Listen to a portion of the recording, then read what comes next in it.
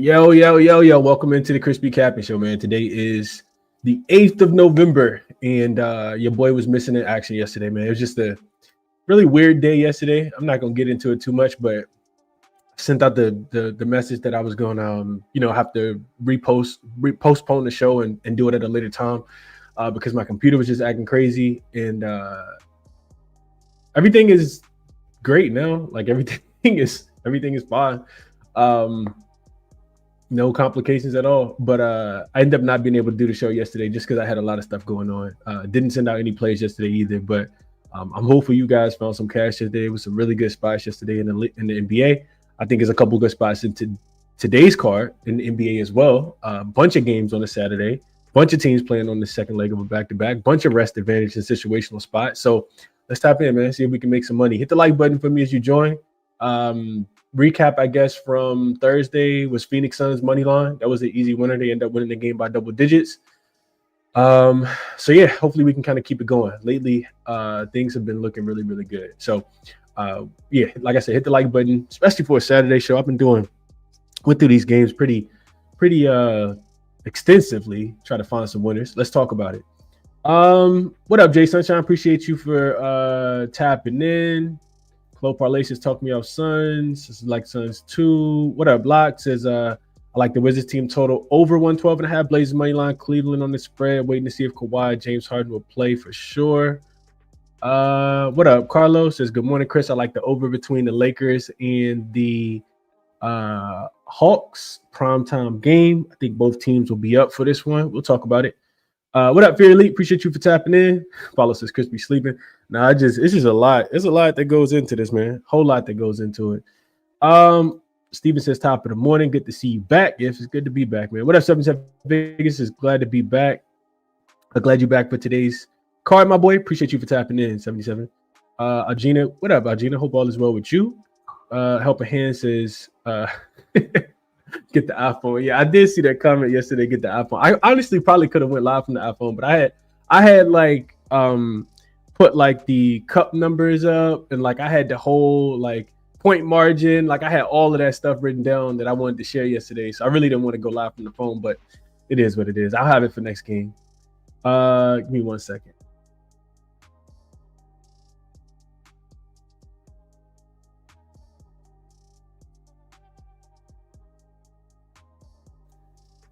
Where's some sun, man? Love him to death, though. All right, see, Steven says, made a few bucks last night. Glad you did. Good morning, Bryant.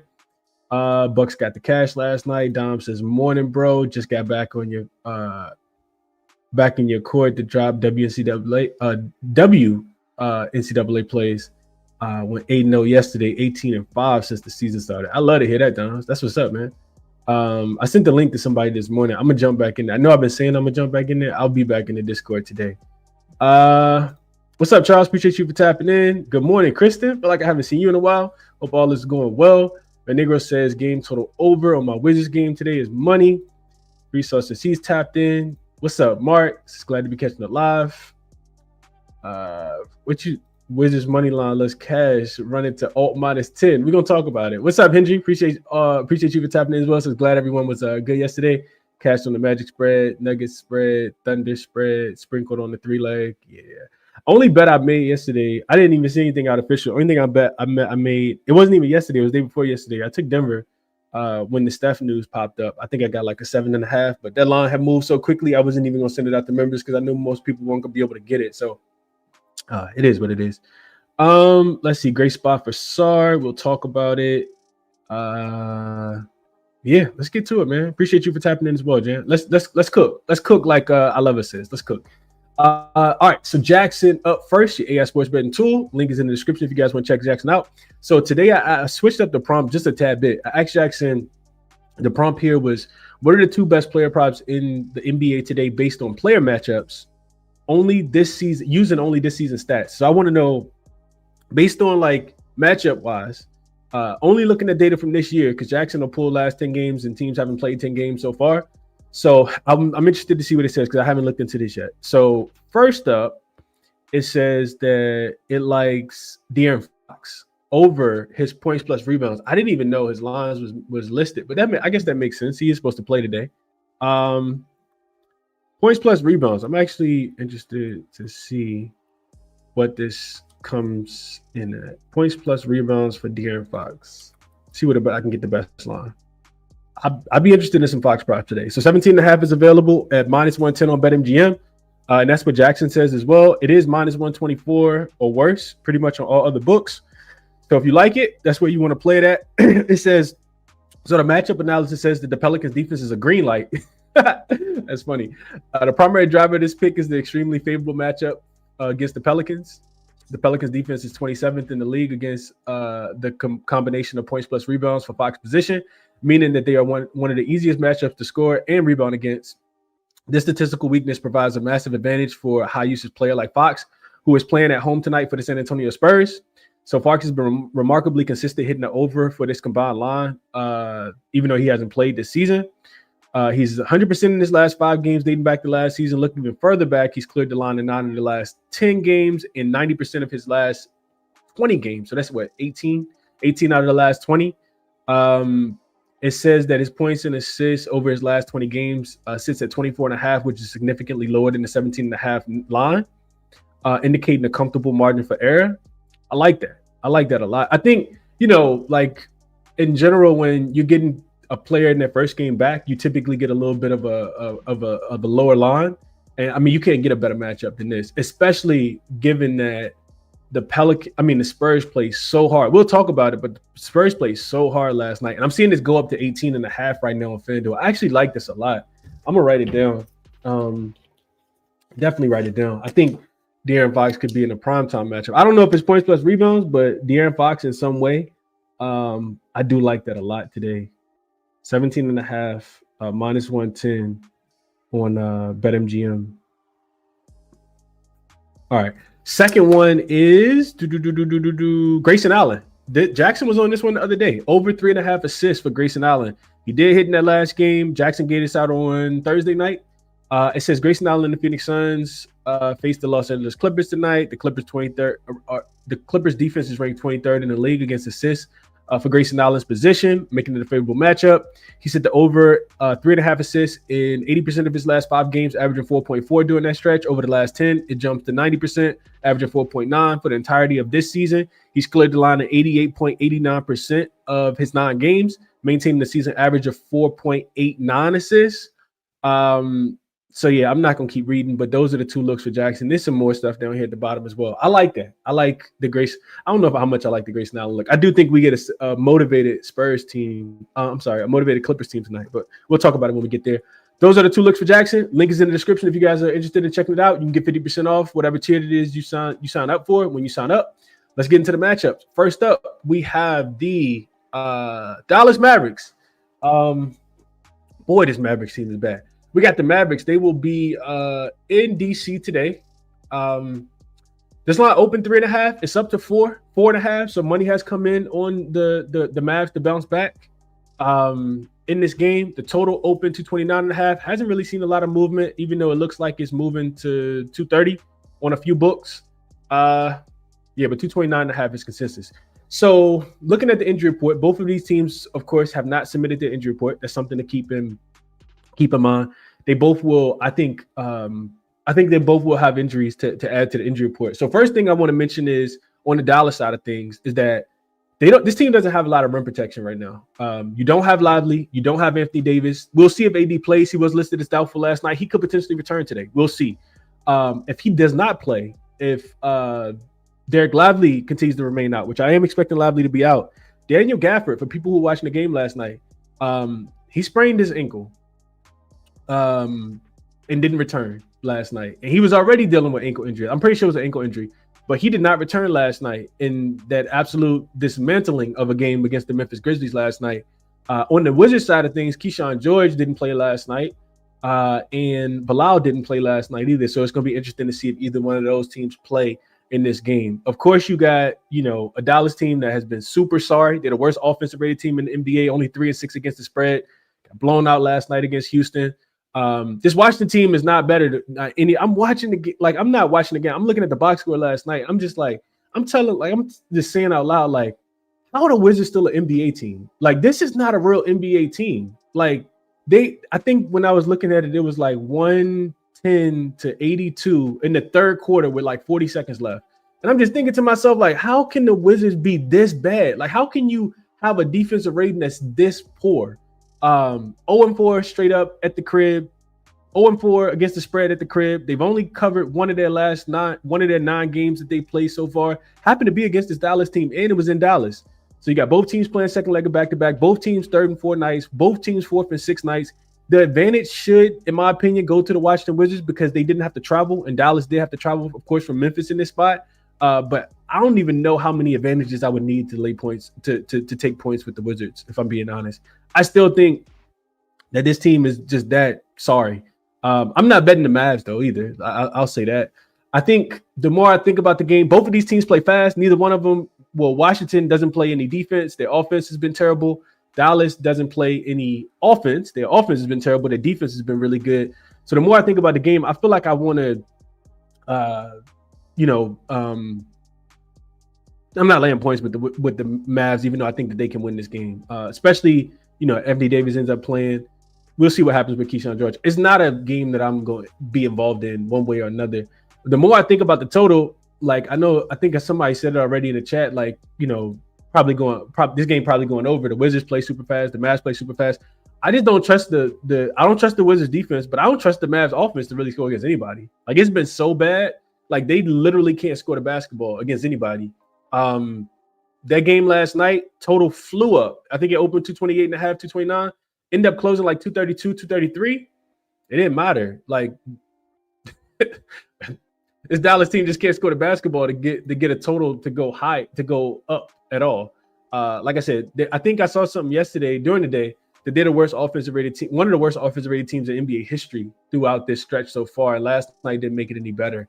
Yeah, I know the Wizards defense is bad, but I would probably look towards the under. I don't think either one of these teams are going to play great. Let's see what you guys are thinking here, and we'll keep it moving. I didn't really look too much into player props either. I really want to see who's going to play.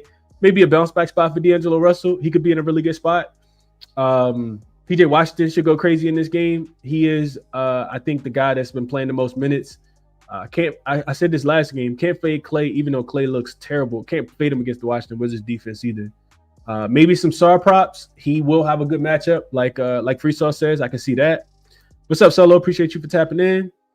Let's see. Vaughn says every single time I've taken Wemby, he's looked like a regular season person, and when I don't take him, he looks like Hakeem Abdul-Jabbar. I had a look yesterday. I was talking to RC about Wemby assists over 3.5 yesterday. He did cash. I didn't even play it though. But if you just watch the way that they're guarding Wemby now, they want to make him a passer rather than just getting downhill. So the Pelicans won't be able to do that today. He probably will end up with 40 points if he wants to have 40 points. But most of the time, I think that'll be the defensive strategy for being able to slow down, especially if the other team has bigs that they can throw at them. So under 25.5 points was a good look yesterday. Appreciate you, Hendry. Appreciate that for sure. Let's see. Dom says that they set Spoelstra's house on fire. I'm surprised Nico Harris' house is still standing. And yeah, I'm just happy nobody was in Spoelstra's house. That fire looked crazy, man. Lovett says I took under Cooper Flag points. This could be the Cooper Flag game though. Van Nigger says my Wizards tanked hard last year for Flag. It didn't work. So this year we have to be bottom level. We have to be bottom level. Sorry for Peterson. Yeah, they look really, really bad. Bum fight, like Mark says. 77 Figures says cost of living in DC metro area is insane, and they have to suffer watching the Wizards every year. Backwood. I could not agree more. Could not agree more, man. It's crazy to think that you can get not to go too far off on a tangent, but it's crazy to think that you can get tickets for the Wizards game and they cost more than they would going to the Grizzlies game. Like Wizards tickets is still like probably like 180, close to 200 to get like a lower level seat. I was looking into Wizards versus somebody a couple of days ago, but not to see the Wizards, see the other team. But you can get in the Grizzlies game for like $15, $10 will put you probably not lower level, but I think I saw tickets as low as $2 for the Grizzlies game. That's insane to me because the Wizards team is probably like top tier worst teams we've ever seen in the NBA. Sorry over his boards for High TV Grids. So High TV Grids, I need you to DM me or send me your name in the chat on on Twitter, because I tried to reach out to you. I couldn't find your screen name. So send me your name too, because I told you I was going to, and I did try to. Let's see. Clay shot the ball backwards the other night. He did shoot the ball backwards. What's up, Eddie? Appreciate you for tapping in. Dude says, bless up, Chris. K cashed on his assist prop. The day was K's been balling, man. Him and Duran's been hooping as well. They should be in the G League for sure. Revenge game for the Mavs. I just feel like the Mavs should be probably a little bit more embarrassed too. Like to lose to the Grizzlies the way that they did. I know that they had a significant rest advantage. The Wizards never had a chance against the Cavs yesterday. Like, I mean, the Cavs scored 35 points in every quarter almost last night. The Cavs were 1 point away from their like franchise record. I think they scored like 150 something last night. Like they could have dropped 170 if they really wanted to. At the end of the third quarter, they were shooting 50% from the 3-point line and from the field. Like every other shot was going in, no matter if it was a three, blindfolded, backwards, granny shot. Like that's how bad the Wizards defense is, man.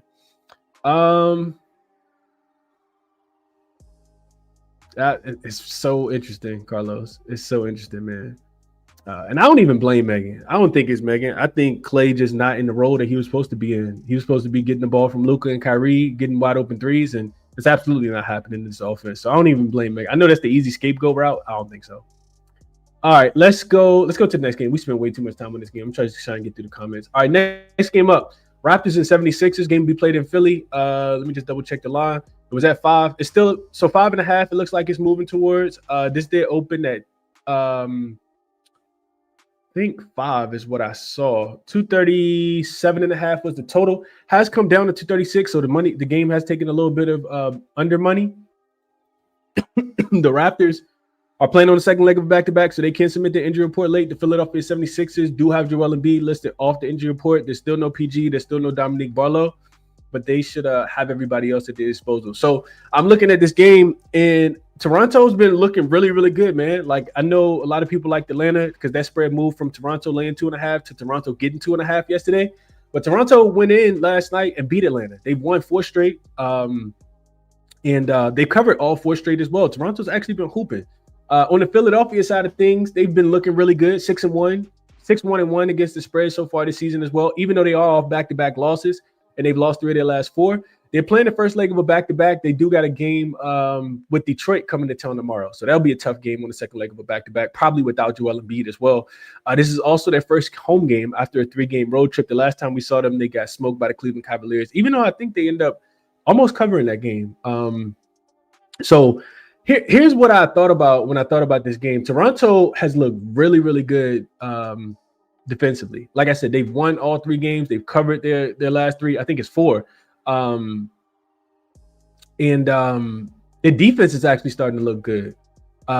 Quietly, they've actually held their opponents in check. They gave up 97 points to the Atlanta Hawks last night, 100 to the Bucks. It was a terrible spot for the Bucks the other day, 4th game in 6 nights, but they gave up 100 to the Bucks, 104 to the Memphis Grizzlies. And then they held the Cleveland Cavaliers. Cleveland was a little compromised with injuries as well. But they held Cleveland to 101 points. This Philly offense, we know, is one of the top-tier offenses in the NBA. So both of those, numbers kind of going back and forth. Joel Embiid potentially slowing things down a little bit in this game for the Philadelphia side of things. I did say that I like Philly a little bit more without Joel Embiid. It seems like they're playing harder. I like what Bonner is bringing them off the bench. I think they're playing faster. They want to play faster. They love shooting threes in transition. So Joel Embiid being back doesn't really make me like Philly even more. It actually makes me think under a little bit more. Here's where things got interesting. I started looking at, because Toronto was losing by, I think they were losing by 12 last night. So I started to look at unrested teams who overcame a 12-point deficit, a deficit of 12 or more. And then they won the game, and they don't typically do well when they're playing unrested in their next game, especially with travel involved. They only cover about 45, a little less than 45%. So far this season, those teams are 0-2 straight up and against the spread. And then all that makes me think Philly is the right side in this game.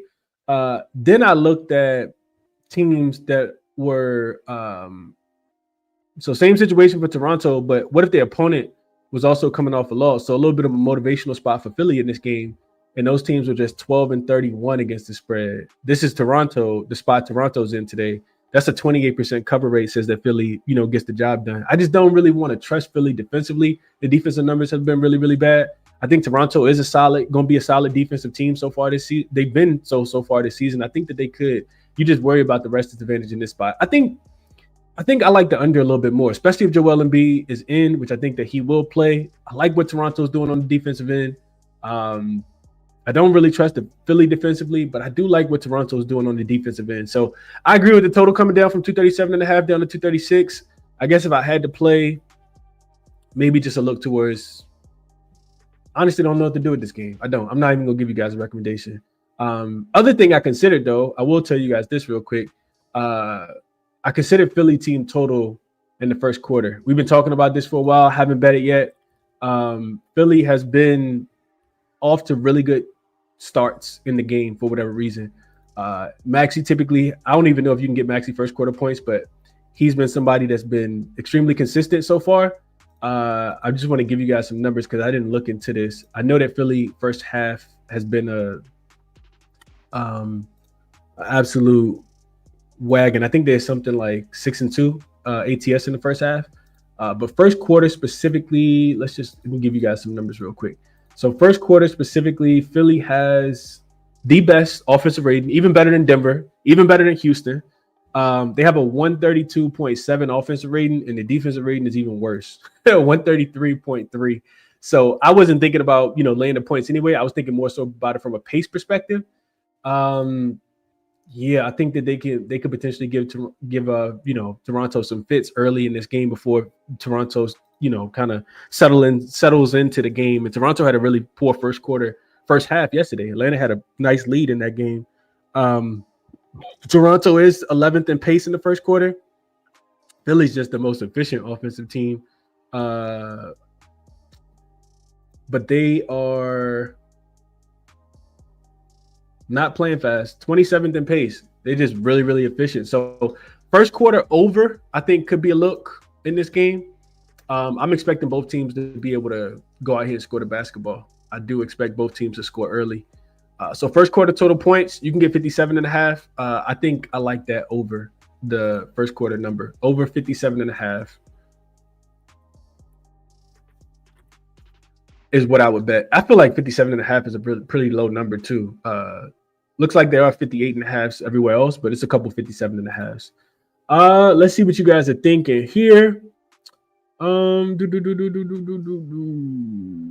What up, Cap Zach? Appreciate you for tapping in. Staying off this game though. Mavs on the do not bet list. I'm not betting the Mavs either. What else y'all saying about this one? Same with Atlanta without Trey. I agree, Free Sauce. He says, my Philly revelation is the more Embiid plays, the worse the team is. I gave you guys the numbers. I put this in the write-up. You can see it on my Twitter page if you guys are interested. But I put it in the write-up for that Philly first half play the other day. Plus I think we ended up getting 7.5 against the Cavaliers on Thursday night. Vaughn says, Country Boy says, do you think RJ Barrett gets 20 points?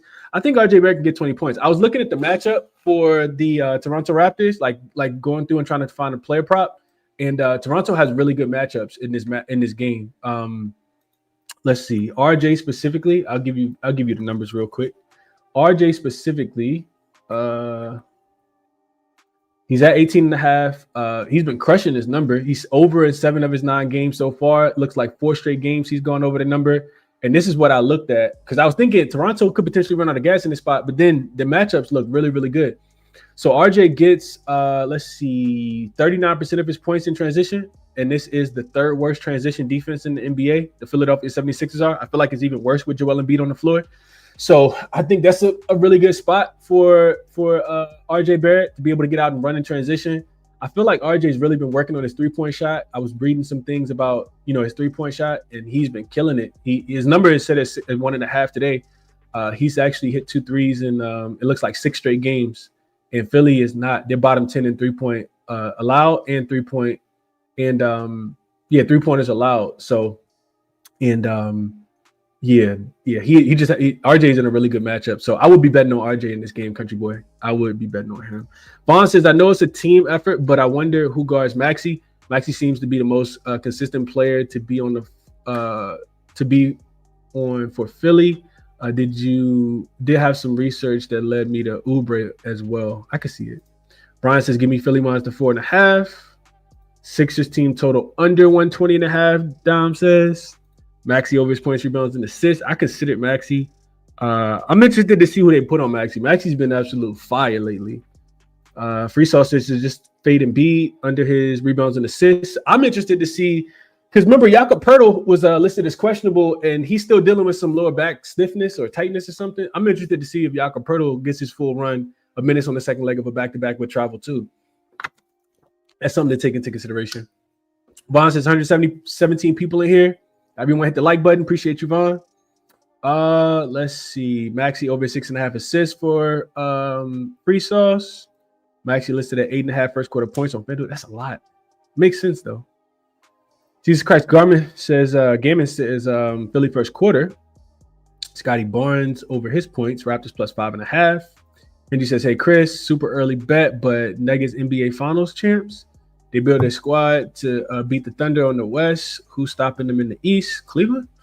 I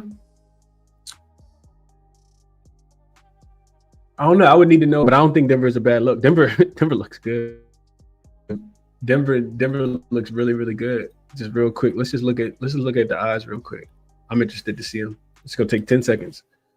Denver's plus 700 right now on FanDuel. FanDuel got the best odds, plus 550 on DraftKings. Plus 650 on ESPN Bet. I don't think it's a bad look at all. I don't think it's a bad look. They got the second shortest odds though, so maybe you wait for some turmoil to happen because OKC is the only team that got shorter odds. Cleveland is third right now at plus 750, which I don't know how much I agree with that. And Houston is fourth.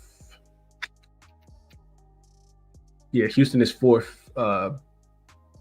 Well, Houston is fifth. New York, the Knicks are fourth. So yeah. RJ does amazing on back-to-backs for his team. Okay.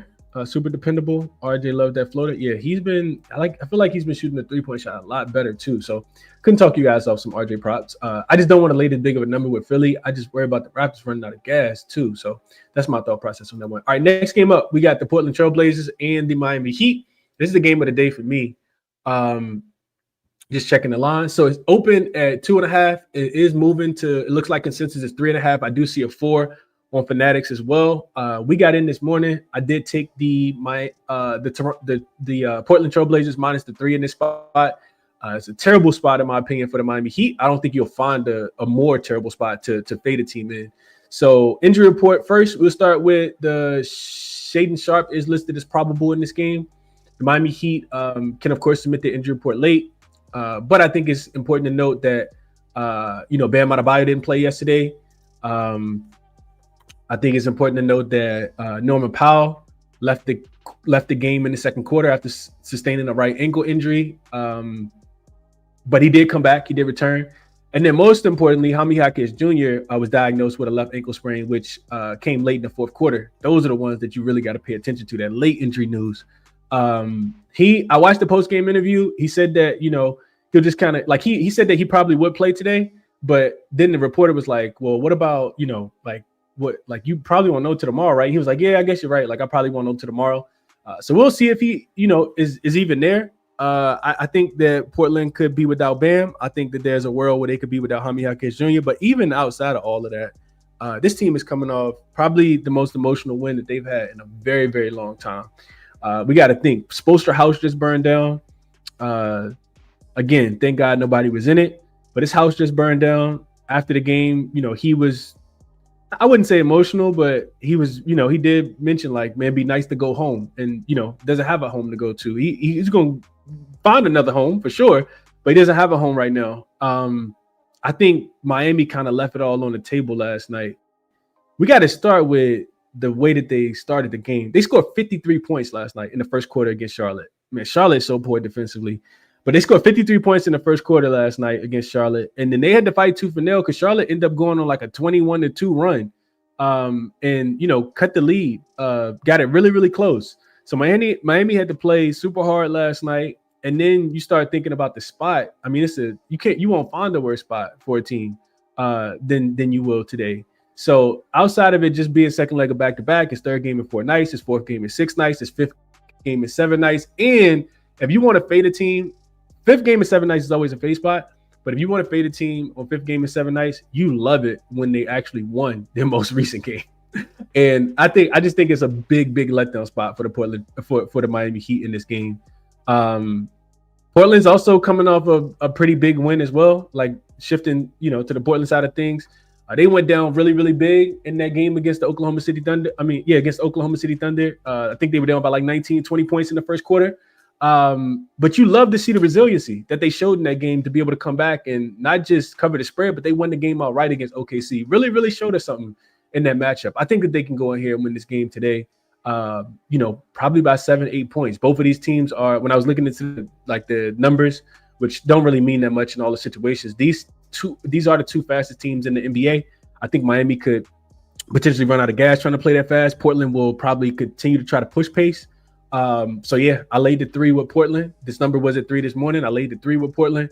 I also played Portland on the money line at -150 on ESPN Bet this morning as well. And I think the 3 that I got on FanDuel is a 3.5 now. But I'm expecting, we might not even get a fully healthy Miami team. I'm expecting Portland to be able to go in and do their thing in this game. I think I also put in the write-up this morning something along the lines of how Portland's off to their best start since the 2022-2023 season. 6-2 against the spread so far this season. I think that they can go in here and win this game today. So I am on Portland today, -3, and on the money line. Top look for me so far. Real quick, did I add anything else? 5-3 straight up, 6-2 against the spread. Yeah, give me the Blazers. Let's see what y'all guys are saying here. I agree with this. Resource says Denny could be a triple-double play today. I feel like the books still haven't really caught on to Denny. I'm not sure what his number is, but Denny has been absolutely hooping. Not sure if Bam's going to play. I would expect him to miss back-to-back games, 77 bigs. I'm just speculating. Of course, he didn't play last night. I feel like when it's a toe injury, you don't just come back the day after, just after you miss one game. You know what I mean? But I could be wrong. We shall see. Resource says Denny top point scorer. Could not talk you off of that. Lover says Denny for 20.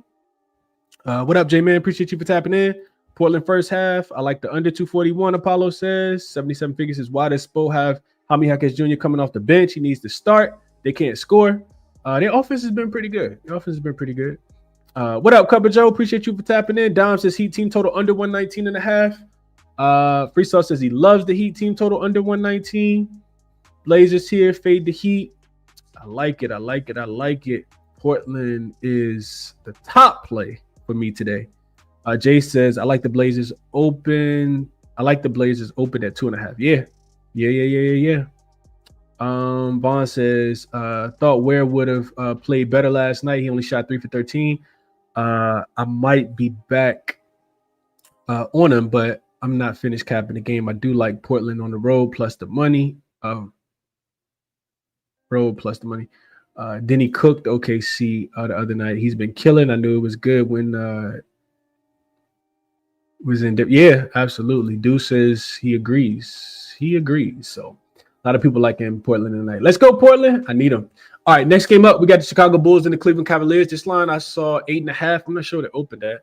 8.5. It looks like it came down to 8. Now it looks like it's pushing back up to 8.5. When I woke up this morning, like 5:30, it was 8.5. And then I saw it come down to 8, and now it's back up to 8.5. The total hasn't moved a lot. 241 opener and down to 240. It looks like 240 and a half. So injury news in this one. Of course, both of these teams played last night, so both are on the second leg of a back-to-back. The Bulls will be coming in from Milwaukee, where they end up losing by 16. Zach Collins listed as out. Kobe White listed as out. Ayo Dosunmu was limited to 24 minutes last night, so he is supposed to be available in this game on the second leg of a back-to-back and playing both of them. And then the Cleveland Cavaliers, they were without Lonzo Ball last night. He was out, and I think it was more so just it was injury management. I think it was what I read. So you expected him to be back today. Dean Wade is listed as questionable as well. You got to think to yourself, right? I'm like, so I wrote in my notes, I wrote Bulls playing second leg of back-to-back. They played 2 straight unders. They've covered each game after not covering the previous one so far this season, and they lost by 16 to the Bucks yesterday. What I wrote for the Cavs was that they planned second leg of back-to-back, third game in 4 nights with travel from DC. Last season they played 4 times. Cavs won all 4. They covered the last 3 spreads as well. What jumped out to me is that, like, in this game, what jumped out to me, well, let's go situationally first. What jumped out to me is that the Cleveland Cavaliers didn't have to do anything yesterday. Like, they literally got off the plane and played a pickup game. The Wizards are that bad. So yes, the travel is there. Yes, it's a big number to lay at home. Don't really know if I want to lay this big of a number. Here's where I got conflicted, though. So to put some numbers to that, the Wizards scored 148 points last night in regulation. 39 in the first, 37 in the second, 33 in the third, 39 in the fourth. They were like pouring it on the Wizards last night. And what did they end up shooting? 44% from the field, 44% from 3, 47% from the field. The Bulls can't really stop, teams that have bigs. And the Cleveland Cavaliers, if they have everybody in, they are by far the best team. Here's where I got conflicted, though, because I kind of want to take the points with Chicago here, thinking it could be a little bit of a bounce back spot. But when I was looking into the numbers, like, yeah, Chicago has been really, really good. They went into yesterday's game 6-1. Now they're 6-2. But the Bulls have not been that great on the road. Like, yesterday's game went under. Like I said, they played it back-to-back unders. The offensive rating is actually, what stood out to me, their offensive rating is 24th on the road so far this season. They have not had the level of offensive production on the road. Now, with that being said, I kind of feel like Cleveland is a team, both of these teams are going to want to get up and down the floor and be able to score the basketball. I kind of feel like you get LaMelo Ball back too, like Ayo Dosunmu plays, that helps out the offense a little bit as well. I kind of feel like this game goes over the total. Like, I feel like Cleveland can keep it going offensively. I did look at teams that were, matter of fact, let me see if I can pull it up. I looked at teams that had scored 130 points or more in back-to-back games, and they're playing unrested. And it's only happened 11 times. Well, yeah, 11 times in the Give Me the Dog database. And those games are 8-3 to the over. That's 73%. So I think Chicago should be able to contribute a little bit in this game. It's a tough one, though, man. It's a tough one. The Bulls are one of the better three-point defenses in the NBA. But they are playing on the second leg of back-to-back. So does the defense go a little bit? I think the pace will be up in this game. I kind of just want to play over, but I do think 240 is about where I'm priced out. So those are my quick thoughts. I know a lot of people probably be looking towards Josh Giddey. He almost had a triple-double again last night. I could not talk you guys off looking at Josh Giddey. Dude's been absolutely hooping. Chicago probably happy that they paid him. What did he finish with last night? 16, 14 assists, 7 rebounds. Yeah, Josh Giddey could get there again, man. He could definitely get there again. Chicago shot just 30% from the three-point line last night, and the Bucks shot 41%. So a little bit of regression for Chicago defensively, which I knew was coming eventually. Just didn't know when it was going to happen. Let's see what you guys are thinking. Here, Andrew says, I'm taking the Bulls. Over 240, less defense when they're tired. I agree, Adam. I do agree. This Bulls team is different this season, though.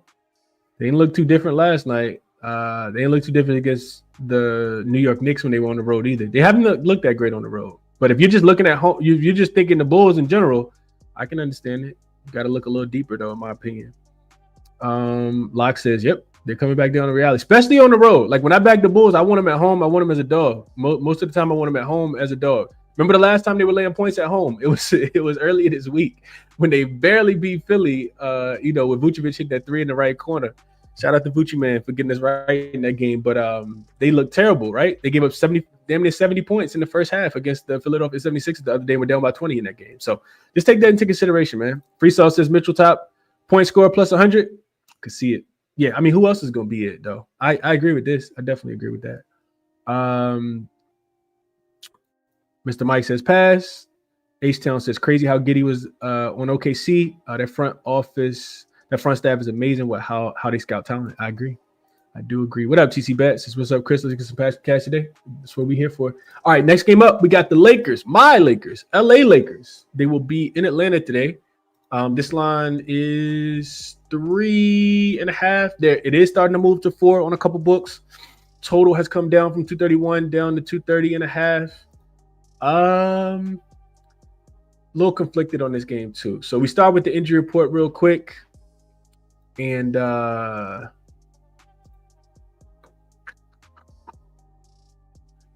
want to show you guys something too real quick. Let me see if I can find it. Teams. All right. Anyway, let's start with the injury report. So Trae Young, of course, is out for the Atlanta Hawks. I think he finished the game last night. I'm trying to watch all the games. I absolutely hate that they do it like that and put all these games on at the same time. I think he finished the game last night, but Jalen Johnson did leave the game last night. He sprained his right ankle in the fourth quarter. Went to the bench for treatment with about 52 seconds remaining. And then they were without Luke Kennard on Friday as well. He had flu-like symptoms, so it'd be interesting to see if Luke Kennard plays in this game. I think you need all the ball handling that you can get. If you're the Atlanta Hawks. On the Lakers side of things, no LeBron, no Austin Reeves. Gabe Vincent remains out.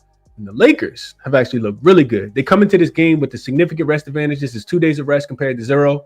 They beat the San Antonio Spurs as a dog in that game. Ended up being a 1.5-point dog against San Antonio the other day.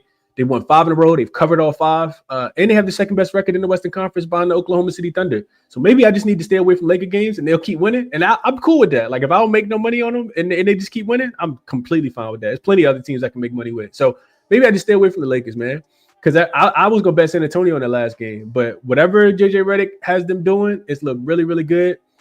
The more I thought about this game, man, especially without, Austin Reeves being there, the more I just kind of think about where's my tab? I got a million tabs open over here. All right, here we go.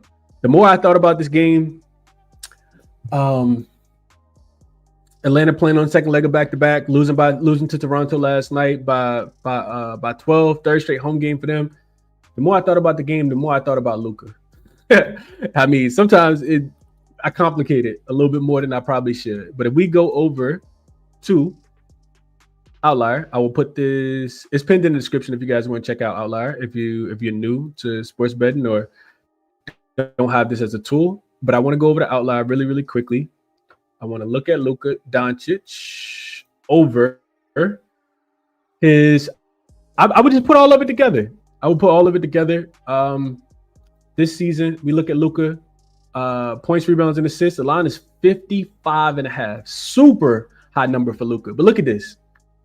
Dude's averaging 60. You can see it right here. 60.2 is what Luka is averaging. You got the Hawks on the second leg of back-to-back. Not that Atlanta doesn't have, some pretty good defenders, because they do. They got Dyson Daniels. Nickeil Alexander-Walker is a pretty good defender as well. But Luka's all world, man. Dude's over 55.5 points, rebounds, and assists in 4 of his 5 games so far this season. What I wanted to show you guys was you can see the potential assists, you can see the rebound chances, the minutes are there, averaging, 38.9. Gets the defense on the second leg of back-to-back, shooting 50% from the field, 31% from the three-point line. No Austin Reeves. Like, I think Luka is primed to, get 60 points, rebounds, and assists again. And I never bet these super high lines with him, Giannis, any of those guys. It's not really my style of betting, but it can really be that simple. The other thing I considered, the other thing I wanted to just kind of bring, I brought this up the other day, the numbers with Trae Young on and off the floor. Atlanta's defense has actually been a lot better without Trae Young on the floor. So real quick, just want to put this in again real quick. So Trae Young on the floor this season, they're minus 3.3 in net rating without Trae Young on the floor so far. Minus 3.3 in net rating in general. So Atlanta's losing games by right at what this margin is today. They have a 112 offensive rating, a 115 defensive rating. Without Trae Young on the floor, the offense goes from 112. Interestingly enough, it actually goes to 116. So the offense has actually been better. I'm sorry, with Trae Young on the floor, the offense has been better. 116 offensive rating and a 125 defensive rating. So then we take Trae Young off the floor. So 125 defensive rating with Trae Young on the floor, which is 7th percentile. Defensive rating comes down 10 whole points or ratings, whatever you want to call it, to a 110, 80th percentile. So this kind of scares me a little bit as far as the over. I do think that the Hawks are solid defensively. Offensively, they can struggle. They have a 110 offensive rating. So they're about even on the floor on the season so far this season without Trae Young on the floor. Remember, they did get a win against Orlando. The Lakers don't turn the ball over. I think that they will find some success in this game. And I just don't really want to bet against the Lakers. I know I'm not taking a team that's on the second leg of a back-to-back versus a team that, is unrested, especially without their star player. It'd be a look towards Luka over his points, rebounds, and assists for me in this game. Lakers are seventh in points in offensive rating, third in effective field goal percentage. They do struggle to take care of the basketball. They're 24th in turnover rate, which you don't really love. But I don't know, man. Lakers just look special right now. I'm not betting against them. That's my thought process. Let's see what you guys are thinking here.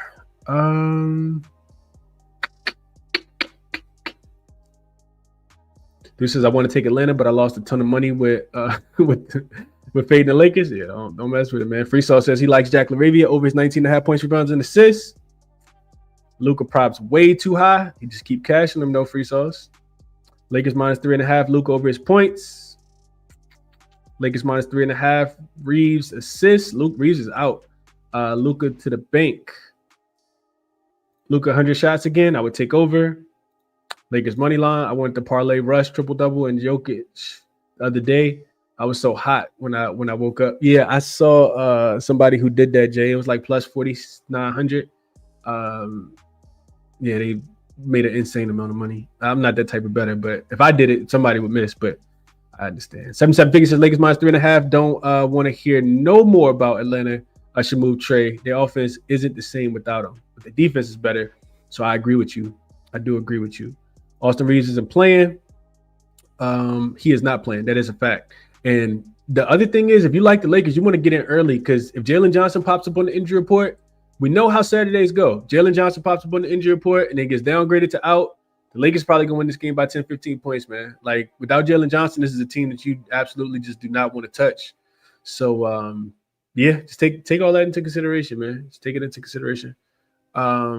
Real quick, I just want to double check, make sure we don't have any new updated injury news. We do not. Okay. All right, cool. Locking at 8 and double. TC Bet says he likes to bet at plus 120. Luka points, rebounds, and assists. His usage is extremely high. 77 figure says Atlanta is where Luka scored 73 a few years ago. He definitely might cook crazy. Yeah, but I feel like the thing that takes away from the matchup is, they always compare Luka and Trae, but then there's no Trae. So you wonder if Luka gets up for this game. I feel like Luka just gets up for every game. That's just my thought process. Comieri says Luka might break Kobe's 81 if Atlanta's defense stays weak. Defense has actually been better without Trae, though. Mr. Mike says I also like 8 and double. Have to build it to get plus 120 on Hard Rock. Atlanta did win without Trae Young against Orlando the other night. Dyson Daniels over his points prop at 13.5. If Jalen Johnson has a sprained ankle. I don't know which one it is, left or right. Like I said, he went to the bench with 52 seconds left.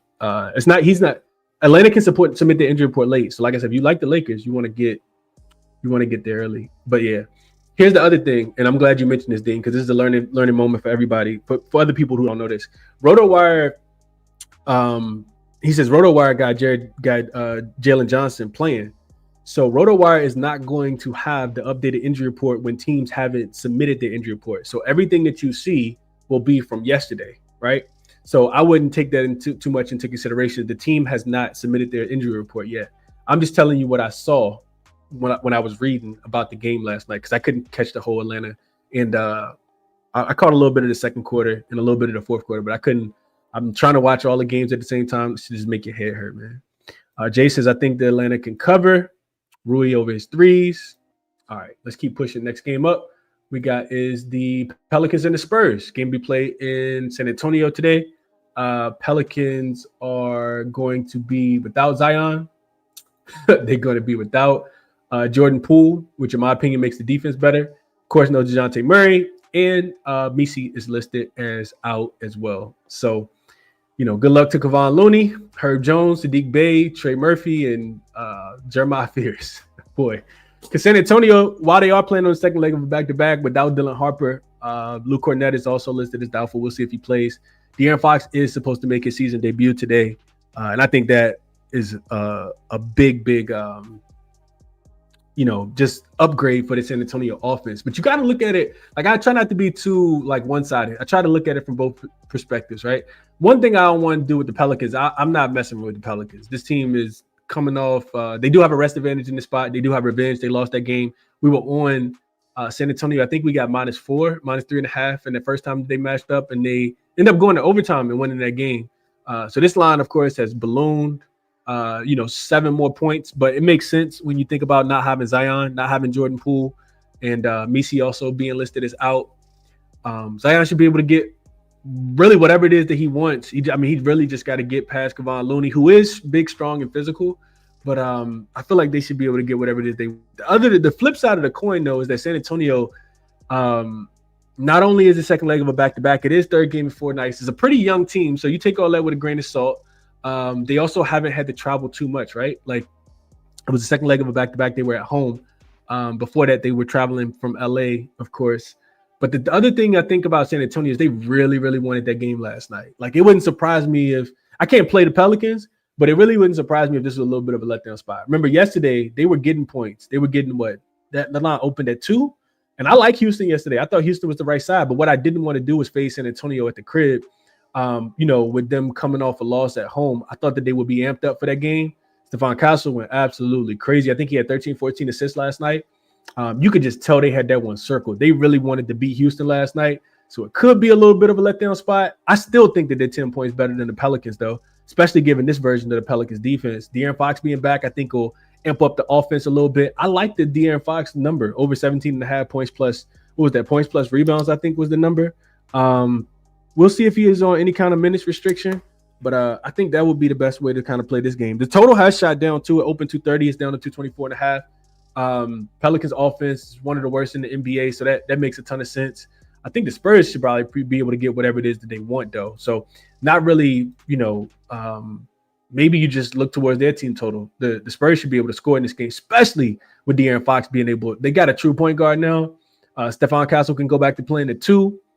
Man, the Pelicans going to be in for a rude awakening, in my opinion, even with the major rest disadvantage. This Pelicans offense, though, is 27th in scoring per 100 possessions, 28th in effective field goal percentage. They're not really doing anything well. The shot that they shoot the most is at the rim. They shoot 36% of their shots at the rim, which is 7th highest rim frequency. And with Wemby down there, I mean, the Spurs are top. They're the 4th best defensive rated team, but specifically at the rim, they're altering shots at the rim. 7th in opponent rim frequency, so they're not allowing a ton of shots at the rim. And they're 3rd in opponent rim accuracy as well. Wemby down there just cleaning up everything. So, yeah, I think the Pelicans can struggle to score. Their team total was a little too low, in my opinion. It's like 106.5, being at the major rest disadvantage for the San Antonio Spurs. So it's a really good game for me, but I kind of feel like the Spurs should be able to score in this game and probably run the Pelicans off the floor. Pelicans defense doesn't scare me at all. They're giving up an average of 121 points per game, which is 121 points per 100 possessions, which is 4th most in the NBA. So the team total for the Spurs, maybe even early before they run out of gas, you can get San Antonio first half team total at, full game team total at 117.5. I think that they can get there. Let's just look at their first half team total. Their first half team total is San Antonio 57.5. I think they can get to 60. So I guess San Antonio first half team total over. Fox looks a little rusty. Fox can't have a better matchup. So I like the first half team total over. They probably are winning by double digits too. So New Orleans first half, either team total over 57.5, some form of way I want to play on. I want to play on De'Aaron Fox being back. So De'Aaron Fox over his points plus rebounds, or the Pelicans team total over. Let's see what you guys are thinking before we keep it moving. And now I was looking at this on TheMoneyBaller too. Matter of fact, I'll show you guys this real quick before we go through the comments. All right, so this is MoneyBaller. They've revamped the website. This new beta version is absolutely insane. I've been talking about this for a while, but wanted to show you guys this as well. I did show it the other day, but show it to you guys again. So we're talking Pelicans and Spurs. So you come down here, you can automatically see the situational spots, which is crazy. So Pelicans rest advantage, well rested, 2 days rest, in season revenge. Of course, they lost coming off a win as a dog. They did beat the Dallas Mavericks in that last game. And then the Spurs, second leg of back-to-back, third game of 4 nights. This says that you want to play on the Spurs as well, based on fading the team off a close win margin, which the Pelicans barely won that game against the against the Dallas Mavericks in that last game. But if you come down here and you start to look at the team comparisons, one thing that I noticed was where is it? The Spurs. So right here, the Spurs opponents in the first half are 3-0 to the under. Spurs not giving up a ton of points in the first half. But then if you look at the Pelicans opponents, they are what is that number at? As a road dog, 2-3. I'm sorry, 3-2 to the under. But I don't know, something about this game just tells me that they should be able to score. Spurs 3-0 to the first half, over as a home favorite as well. And then they just kind of let up. This was the same spot that we saw with Brooklyn, and Brooklyn had a big third quarter, came back and made that game competitive. So I can see this. I don't know. I don't even know if the Spurs will run out of gas, honestly. Like, I really don't know. I just think it could be a little bit of a letdown spot because they really wanted that game last night. Sometimes that could be it, but just wanted to show you guys that and the way I was thinking about this game. Let's see what else you guys are saying here before we get to the next one. Go back up to the top. He had a bad sprain on a player where he scored. It took a while for him to get to the foul line because of the pain. He gonna pop up on the injury report today, man. I might. Oh man, if he pops up on the injury report, I just think the Lakers are gonna be able to score however many points they need to score in that game. He's a good rebounder, pretty good defender. Keldon Johnson props for 2 honest. Spurs roll, Jay Sunshine says. What up, Saturated? Says, do the Bulls bounce back? I kind of want to take the Bulls on the point spread. I do think 8 is too many, Saturated. I do. I just want to see what the injury report looks like, though. And I also think the game goes over.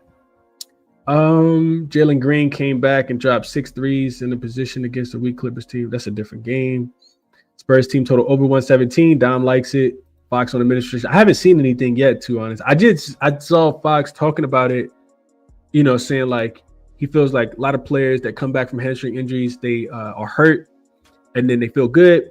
So they play and they re-injure themselves. And it feels like with the way he said it, it sounds like he could have probably been back, but he was like, I really wanted to take my time because I don't want to re-aggravate it. So I think he could have been back, honestly, which to me means that he's been playing a lot of 5-on-5. It could look really, really good in this spot. I like Fox over his points in this spot. Points plus rebounds. I just think that, you get a really soft line when it's first time playing it, 8, 9, 10 games. And it's the first game of the season. So I like it. Freestyle says Fox 3 threes is plus 344. Okay. Spurs might blow the leans out of the Pelicans. Okay. No Zion or Poole tells me team total under, but Spurs on second leg of back-to-back. Watching the game last night, could tell they wanted that win. This is what I said. Off the game, Beleen Pels team total under. I think the Wizards are more sorry than the Pelicans. Just because I feel like there's no effort from the Wizards. Like, the Pelicans at full strength, I think they'll mollywop the Wizards. Jordan Poole revenge game, Zion, Trey Murphy. Like, yeah, I think so.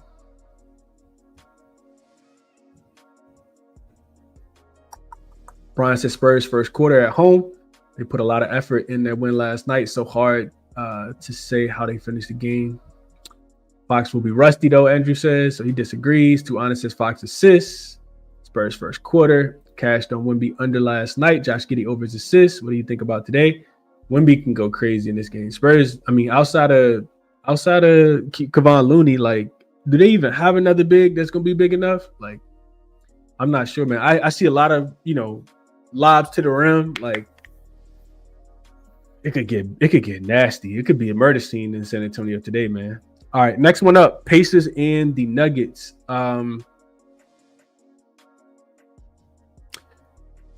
Yeah, next one up, Pacers and the Nuggets. Game will be played in Denver tonight. We got the Pacers getting, looks like it's moving to 12, well, open 12.5. Now it's come down to 11.5. Total has moved from 236.5 down to 235.5. So the Pacers are in a pretty good spot too. Like a couple of these teams today are playing, with a couple days rest, and they're catching a team, that's on the second leg of a back-to-back. They did upgrade Nembhard as well. He's listed as questionable. He hasn't played in, of course, forever. I see Furphy's still listed as out. Quentin Jackson is out. Benedict Mathurin, Obi Toppin, and TJ McConnell all out. Obi Toppin gonna be out for a while, so I probably won't keep mentioning his name. But the Pacers are still gonna be extremely short-handed, in my opinion. They're coming off a loss against the Brooklyn Nets. It's a difficult game just because of the rest advantage spot. But Nembhard being back should help a little bit. Indiana, this is their first leg of a back-to-back. I can't fade the Nuggets at home just because their offense has been absolutely it's insane. And I think a lot of people aren't talking about how good they're playing defensively either. Denver's been really, really good. Not just the game last night against Golden State, but they're if you look at their defensive metrics, they're top 5 defensive rated team right now as well. I just worry about Indiana being able to keep up offensively. This isn't a great offense. Do the Denver Nuggets kind of overlook them? I've seen Denver overlook some teams. They overlooked Golden State last night. They were up by 10, 11 points in the first quarter. Before you knew it, Golden State had cut it to 1. And then they still end up winning the game by 24. So, I think Denver is just kind of in their bag right now. They also catch the teams having to travel into altitude as well. This is second leg of back-to-back, third game in 4 nights, and fourth game in 6 nights for Denver as well. So it's not the greatest spot, but I don't really want anything to do with the Pacers right now. Also, if this game gets out of hand because Denver comes out and punches them early, which makes a lot of sense, the Pacers could rest players because, like I said, it is first leg of a back-to-back, first game on the West Coast. And they got a rematch against the Warriors tomorrow. The Warriors are coming off a loss to the Denver Nuggets. They just lost to this Indiana Pacers team. And now the Indiana Pacers, I will be looking towards the Warriors tomorrow is what I'm saying. Now the Pacers play in Denver, coming out of altitude and got to go to Golden State with a revenge. Steph, hopefully the sniffles are over. I think it's just not a great spot for Denver. For Indiana in this spot, even with Denver playing fourth game in 6 nights, if that all makes sense. I want to talk about Denver though. I should probably pull this up, but I'm not going to. You guys can check out whatever resource that you use. But should be checking out MoneyBaller. Anyway, Denver, first in offensive rating. They've passed the Houston Rockets now. 5th in effective field goal percentage. They're 4th in turnover rate, so not turning the ball over at all. And defensive rating, they're 5th in defensive rating, 6th in opponent effective field goal percentage. They're not forcing a lot of turnovers, but not giving up any offensive rebounds. They're the second best 3-point defense right now, holding teams at 32.4%. And even though it is third game in 4 nights, fourth game in 6 nights, a lot of these games have been at the crib. Denver just legit has not had to travel. Real quick. Let's see. Denver, I know that their last couple games have been at the crib. Yeah, all of them have been at home. They beat Sacramento, didn't cover that spread, but then they smoked Miami. Well, they didn't smoke Miami. They beat Miami by 10, and then they beat the Warriors without Steph last night by 25. I just at the crib, I don't really want to fade them, man. they have a let up on the road like they did in Portland, but I don't really want to fade them at the crib. Not this season, even with the Pacers having significant better situational spot.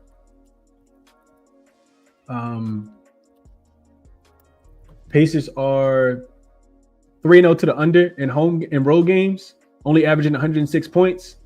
The Nuggets at the crib are 5-0 straight up, 4-1 against the spread, winning by an average of 20 points per game, averaging 127 and giving up 107 per game. They've held 3 opponents under their team total. Yeah, outside of the Kings getting 124, no other team has scored more than 112. Second leg of a back-to-back, land double digits at the crib. That's a tough spot though. Rest equals 0. Previous home win. Previous home and home line greater than or equal to 10. 51% ATS. These teams typically win by about 14 points per game. What if the previous line was also 10? I'm just thinking out loud. letting you guys into my thought process on the game. So I'm looking at unrested home favorites who are coming off a home game. They were laying double digits yesterday, but now they're laying double digits again today. So there's Pacers. 20 and 28 against the spread are these teams. They weren't laying 10 yesterday, were they? They were laying. Oh yeah, they weren't laying 10. They were laying less than 10, 9.5 against the Warriors yesterday. Still not profitable though. 43% ATS. Does say that the game goes over. I can't get there. I won't play this game. Won't play it. Don't trust the Pacers enough. That's my thought process. All right, let's go through the comments real quick, and then we'll go to the next one, the last one. Let's see. Dom says, I think once the Pelicans move on from Green and Zion, the franchise could have some direction.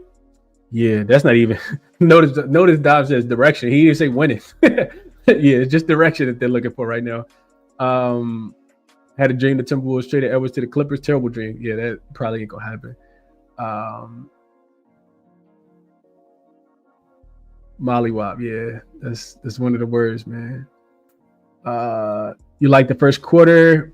Oh, you talking to Brian? I thought you were talking to me. Nuggets by 70. Dom says Pacers are not good. Jokic won't play the fourth quarter again. 7 figures. I don't care about the chalk. I'm laying the minus 11.5. Top play for him. Denver's offense at home is crazy. It is. They cover 2. See Nembhard coming back tomorrow, Dom says. We shall see if he plays. It's helped the offense out a lot. Dom says team total under 111.5. I can see that as well. Nuggets get off early. Siakam not making it out of the third. Dean says, who's your underdog win of the day?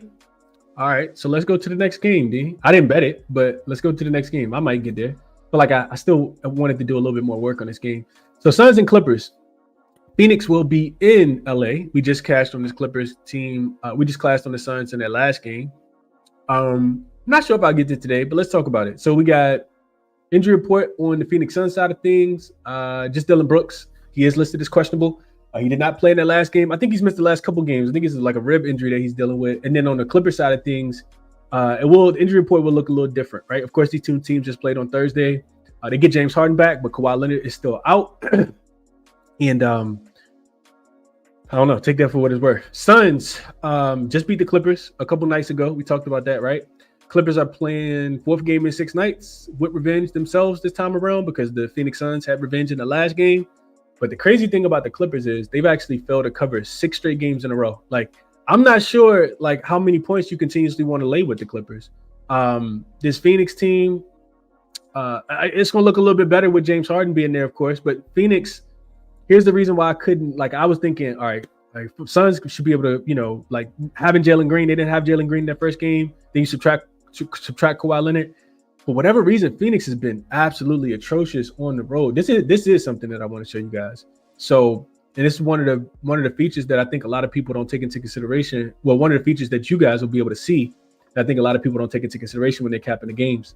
So we're at the point now where most of these teams have played close to 9-10 games, and we can start looking at home road splits. Some teams have been good in both. Some teams have been absolutely terrible in both. So if you come down here, right, you can see all of this stuff. Here are the Clippers. In-season revenge, double-digit in-season revenge, 4th game in 6 nights. Couple systems is active on the over in this game as well. The total did go up.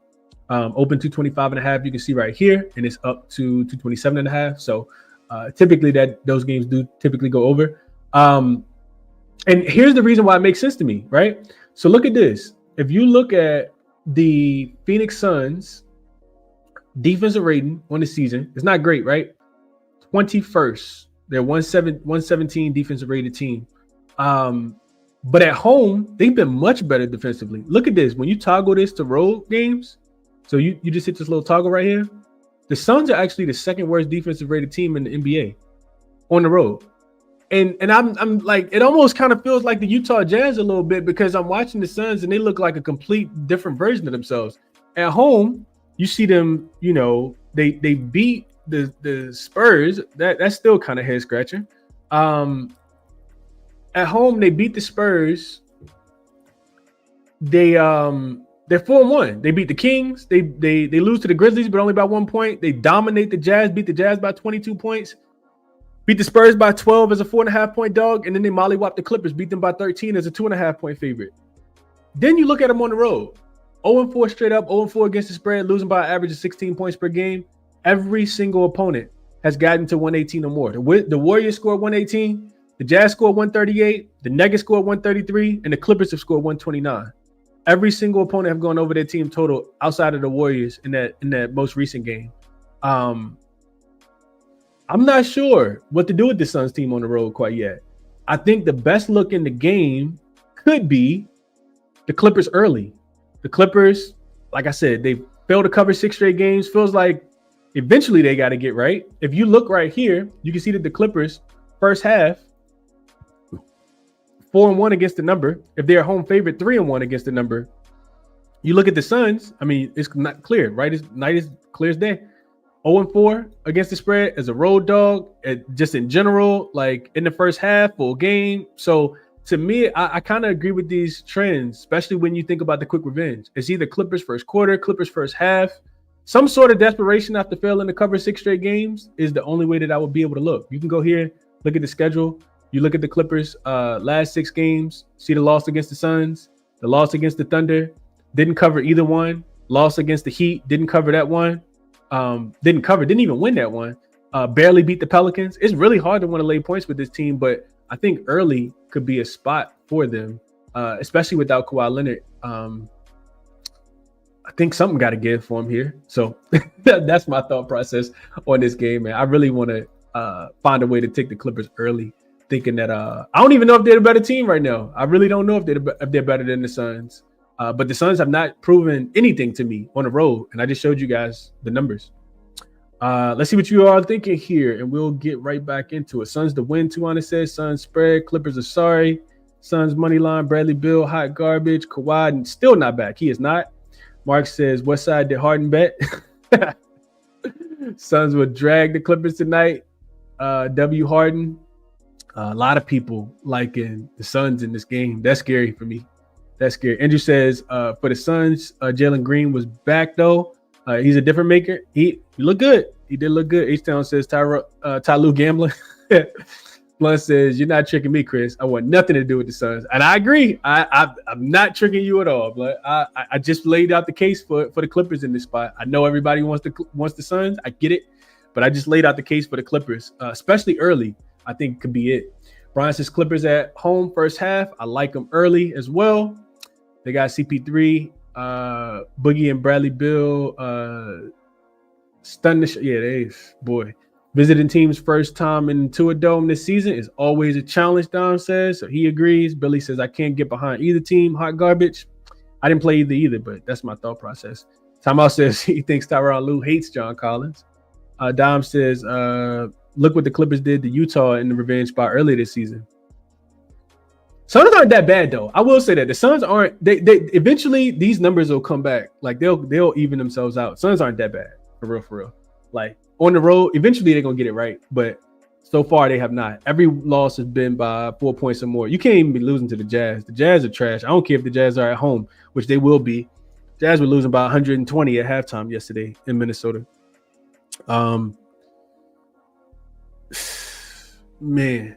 Yeah, this is just bad. I feel like the Suns eventually got to get right. I think it'd be Clippers early for me. I expect a little bit of desperation in the spot. Edgar says Harden over his 31.5 points and assists. Tyloo needs to be fired. Clippers and Harden over his assists. Amazing spot for the Clippers. They didn't cover 6 in a row, and now they got revenge at home with Harden coming back. Jazz are trash. That's a fact. Yeah, boy. All right. That's it for the show, man. A lot of games, a lot of comments read. Hopefully you guys found it helpful. If you did, hit the like button for me. Get into a recap. And I need to add the things that we just talked about. But I did bet Portland and Portland money line. Those are 2 official plays for me for sure. Pelicans team total first half, I really like a lot. If we go just thinking about that Clippers game real quick, I feel like the Clippers do the opposite of what I need them to do in the first quarter. So I probably look a little bit more towards first half, even though it does feel like a first quarter spot makes a lot of sense. You can get 2.5 first quarter. 2.5 first half. So LAC first half minus the 2.5. I'm not sure what happens after that. First quarter spread, you probably can get 1.5. Let's just see. 1.5 minus 104 on FanDuel. Gotta be a turn-up spot for the Clippers eventually, right? I know that they're old, wheelchair team, all that good stuff, but I mean, how many games you gonna lose in a row, man? How many times you not gonna cover? Let's just look at the rest of the board real quick. Go through the rest of my notes and give you guys the rest of my thoughts real quick.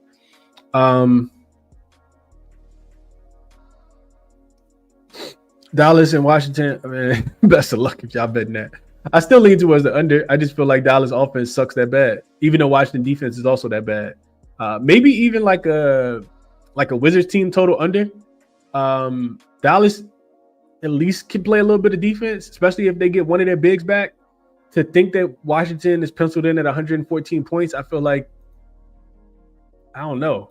I don't know if the Wizards are going to score 114 points. Averaging 112. They're also giving up 130, though. This don't bet that game, man. Don't bet that game. It's Saturday. Find something better to do with your time. Next game, Toronto, Philly. I told you guys I really wanted to take the over. First quarter over in that game would be my top look. Over 57.5 between Toronto and Philly. And I told you guys why, if you tuned in at the beginning. We are on Portland officially, Cleveland and Chicago. I kind of lean Chicago plus the points and towards the over 240. LA and Atlanta, Luka over. 55.5 points, rebounds, and assists. Super high number. I mean, it don't really matter. It has not mattered recently at all. I also think the Lakers probably win and cover as well, especially if Jalen Johnson is out. San Antonio, we got that up here already, right? No, yeah. Not New Orleans, my fault. Definitely not New Orleans team total. San Antonio team total over 57.5. Indy and Denver, I won't be looking at all. And then, yeah, Clippers first quarter. I think first half would be the look if I'm betting anything else. But yeah, man, good capping session, like how TV Grid says. I enjoy being able to come on here and chop it up with you guys for sure. Hit the like button for me if you can. Retweet the show. If you guys are watching on Twitter, I did add that just for today. I feel like that's the least I could do. Clippers are grudgingly overpriced in the market. They simply are not a good team and should not be laying points, Louis says. I bet Portland, Andrew. It's right there on the screen. Yeah. I like that, Patrick. Hopefully so, especially if I take it. Appreciate you, Saturated. Andrew says, yeah, I think Luka uses massive game. I mean, without Austin Reeves, like, yeah, like he's gonna go crazy today. I'm probably gonna bet that. I never bet Luka at all, ever, honestly. But those are my thoughts, man. We'll be back tomorrow. There are 7 games, I think, for tomorrow. 8 games for tomorrow as well. So hopefully we can find a look or two. Remember, Saturdays, weekends in general can be super spooky, man. So best of luck on whatever it is that you guys are betting. Bet responsibly. Resources are all linked here. If you guys want to check them out, Outlier, MoneyBaller, JaXon. Yeah, that'll be it, man. Like I said, hit the like button for me on the way out. Subscribe to the channel if you guys are new. Turn the notification bell on. Best of luck. Enjoy your Saturday. Catch you guys in the next one.